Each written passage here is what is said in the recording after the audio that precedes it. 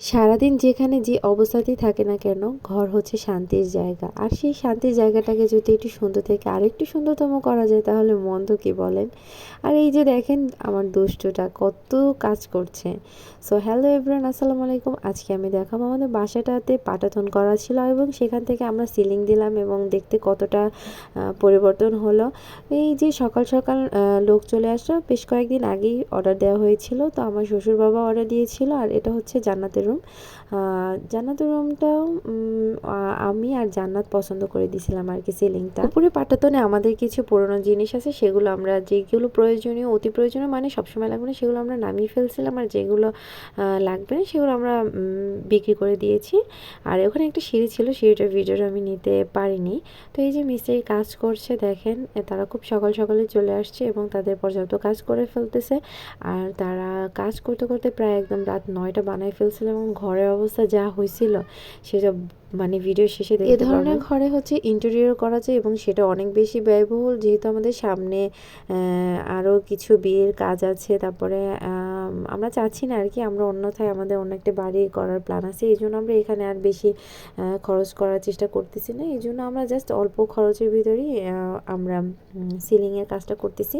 Ceiling বসানোর কাজটা দেখতে যতটা মনে হচ্ছে সহজ, আসলে অতটাও সহজ না। প্রচুর পরিমাণে মাপ দিতে হয় এবং অনেক খুঁটিনাটি বিষয় আছে, অনেক খুঁটিনাটি মাপ আছে, যেটা তাদের অনেক সময় লেগেছে করতে। আমি তো বেশ কয়েকবার ভিডিও করার জন্য আসলে গেছিলাম এবং আমি দেখছি যে কতটা সময় সাপেক্ষ। এবং এই যে দেখেন ফাইনাল এই সিলিংটা আমার শ্বশুর বাবা পছন্দ করেছিল এবং দেখেন মোটামুটি সুন্দর হয়েছিল। আর এই যে দেখেন ফাইনালও কতটা সুন্দর লাগতেছে। আর হচ্ছে সিলিং লাগালে আসলে বাইরে তাপমাত্রা থেকেও মানে গরমের দিনেও আরাম হয় এবং শীতেও আরাম হয় আর কি।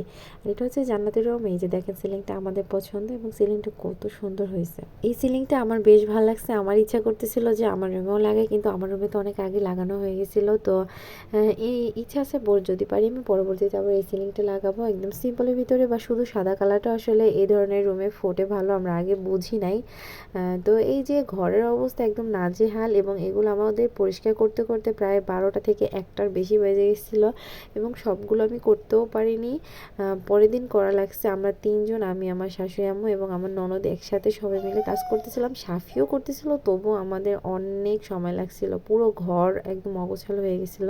এই ধরনের কাজে হচ্ছে গিয়ে বাসার অবস্থা খুবই খারাপ হয়ে যাবে। দেখেন কি পরিমাণ নোংরা হয়ে গেছে এবং তারা তো তাদের মতো করে কাজ করে চলে গেছে, কিন্তু বাকি যে প্রেশারগুলো সম্পূর্ণ আমাদের করতে হইতেছে। বালিশ খাতা, তারপর হচ্ছে কি বিছানা একদম অগোছালো নোংরা হয়ে গেছে।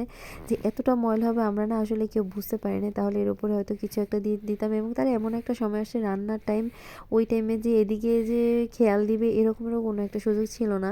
তো এই যে তারপরে এইরকম সময় আবার আমার হেল্পিং হ্যান্ডকে ফোন দিছি যে সে আসলে বিকেলবেলা শুধু বিছানা ঠিক করে ঘুমায় পড়তাম, সকালবেলা না হয় ঠিক করতাম। সেই হেল্পিং হ্যান্ড ফোন রিসিভ করে না এবং সে আসেও নাই কোনোভাবে, এই জন্য আরও বেশি কষ্ট হয়েছে। সাফি তার মনিকে খুব ভালোবাসে এবং তার মনিও তাকে অনেক বেশি ভালোবাসে। এই যে দেখেন আমার রুম কখনো তারে গুছাইতে দেখিনি, কিন্তু তার মনির কষ্ট হবে, তার মনীষ হবে, এই জন্য সে তার মনিকে হেল্প করতেছে যেভাবে হোক। ছোট মানুষ, তার মেন্টালিটি থেকে সে এইটুক যে সাহায্য করতেছে এটাই অনেক। আমি জাস্ট পিছন থেকে একটু ভিডিও করে নিলাম যে বাচ্চাটা কত কাজ করতেছে দেখি, এই আর কি। সে যদি দেখতো যে পিছন থেকে আমি এই কাজ করতেছি, ভিডিও করতেছি, আর এটা যদি কেউ দেখে ফেলে তাহলে তো আমার খবরই ছিল।